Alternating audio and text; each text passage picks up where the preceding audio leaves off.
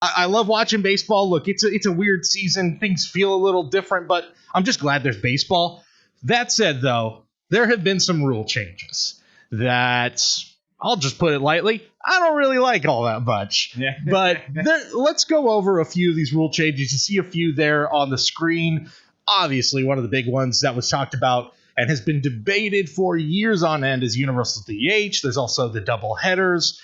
There's also the extra inning rules. But let's start off with universal DH, which was something that I feel like National League fans dreaded for years and years and years. And now it's here, and I feel like no one's really talking about it anymore, which is, I'll be honest, as a fan of National League Baseball, was something I kind of expected. I thought that the moment it's here, you're not going to miss the little things as much as you thought you would. You're not going to miss sacrifice bunts as much. You're not going to miss double switches. It's not why I watch baseball. Man, oh man, I can't wait for that double switch in the 7th inning. No one's watching baseball for that reason. You're watching it because you want to see big moments, big hits, big home runs, great pitches, great strikeouts.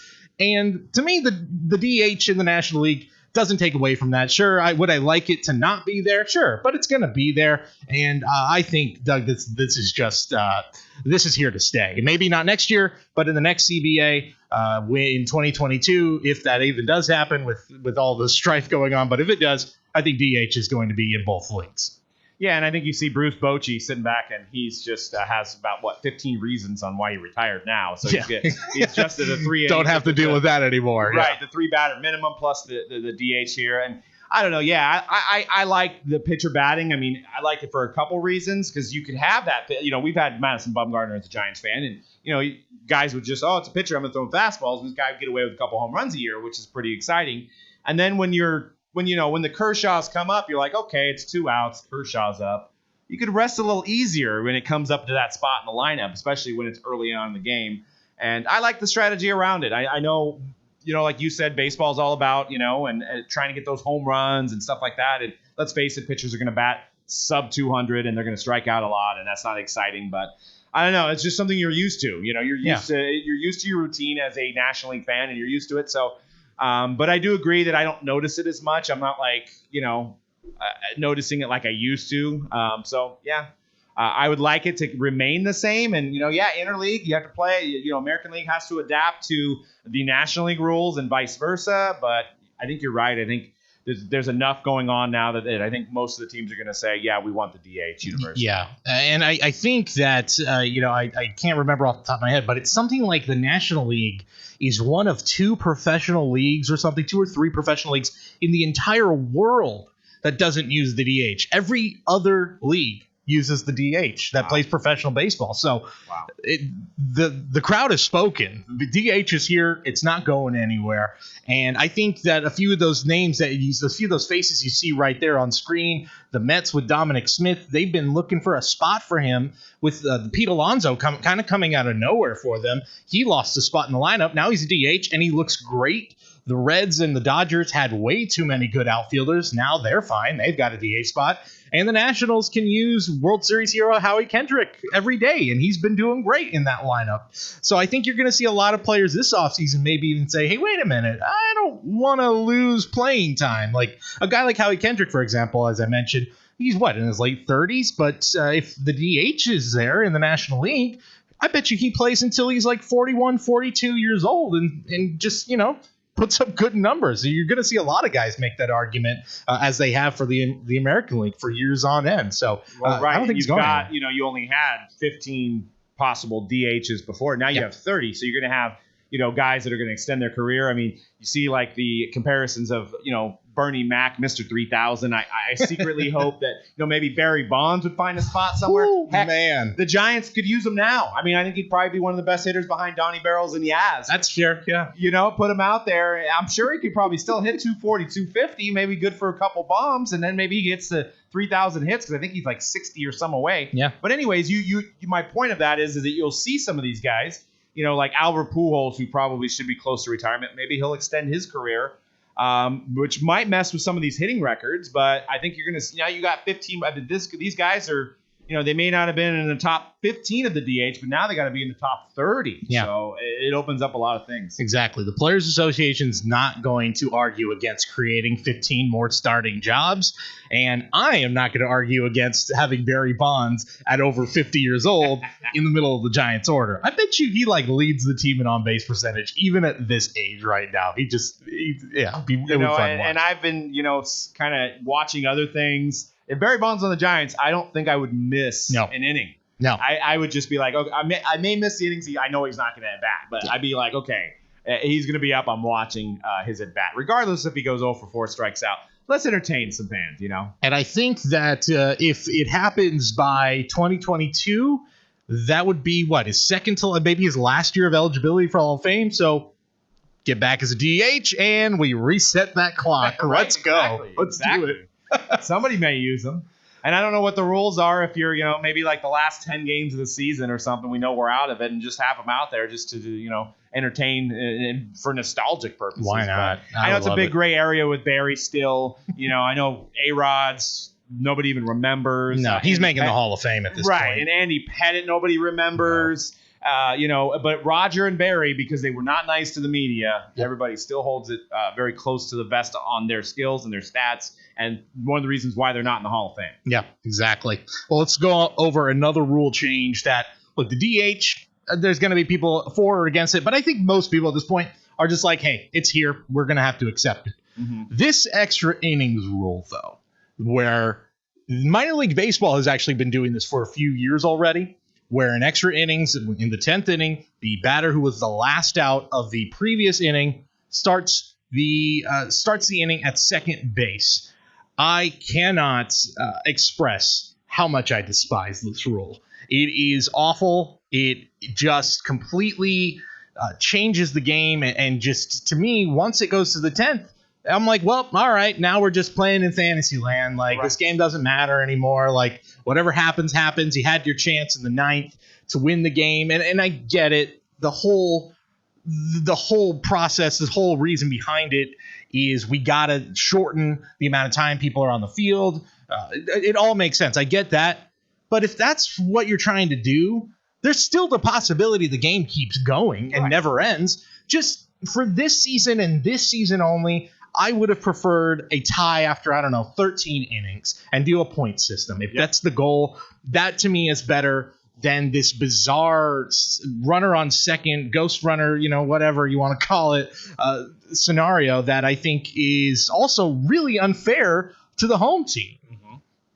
Yeah, your back's against the wall, and I get that they use the fact that they were like, it's COVID and we don't want the players in the field. Right. I think there's a lot of bigwigs behind baseball that want to continue to speed up the game. I mean, we've seen it countless years with the pitch count, with now, with all these things that they've done to speed up the game. Baseball's fine. Leave it the way that it is, because what you're going to do is you're going to lose some of the purists of baseball, because so you're gaining maybe the young fans that will casually tune in during some of the big home runs and the exit velo and all this stuff. But what you're doing is you're alienating the baseball purists that just want to watch the game the way that it's intended to be. They're using that reason about COVID, and I don't think it's that. I think they're just trying anything to speed up the game and get viewers back in from basketball, from football, whatever, to try to get it. And I just don't think it's going to happen. I think you need to focus on maybe other storylines and just let the game be the game. To me, it's a gimmick. This is a total gimmick. I think it ruins the integrity of that game. I mentioned that I think home teams are really at a disadvantage. I made sure to look that up because I just felt like, I feel like the road teams are winning these games more often. This may be inexact, or maybe I got the math wrong, but from what my count, road teams this season are 16-8 in extra inning games. Wow. To me, that means the rule's broken. Yep. That this isn't working. It's kind of like that rule in football that they changed with the field goal, right? So if you win the coin toss, how many percent? It was like 60 or 70% of the time that team winning the game. All you got to do is bunt, sacrifice fly, and that's it. I mean, I don't know if like a runner at first base would have been better. I mean, maybe at least a little bit. Like, to me, if I don't know why everybody's not just intentionally walking the first batter. Right. Like, why is that not happening more often? Maybe it is, and I'm not noticing it. But if I'm the manager, I'm just intentionally walking the first guy, and then all right, fingers crossed. Hopefully, we get a double play. Exactly. But yeah, I don't like anything about it. I'd rather have ties, and I hate ties. But I'd rather have ties right now. And I can't even disagree. I'm with you. I'm on the same page on that one. I think, it's almost like, when you play with your friends, you'd have ghost runners. It's just kind of feels like that. It's like you made something up. You've been playing like you play with your friends and it's going on too long. All right, a ghost runner on second. It's like, I don't know. It's just, you're right. It's the strategy's taken out. The strategy of like your closer or whoever is going into the extra inning game, it has to change. He's in the stretch. It's not the way that it was intended to be. No.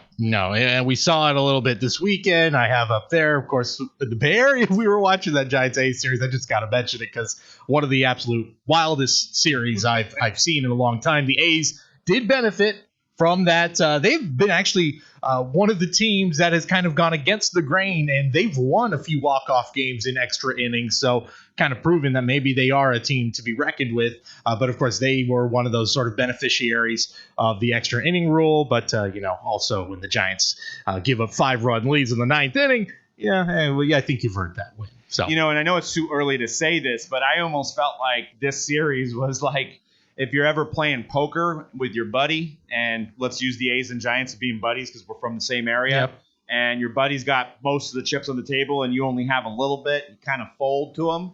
I almost felt, I know that wasn't happening, but it just almost seemed in that fashion like, hey, A's, we're not going to do anything this year. You guys have the best record. We'll give you a little bit of a fight, but at the end of the day, you're going to take the series.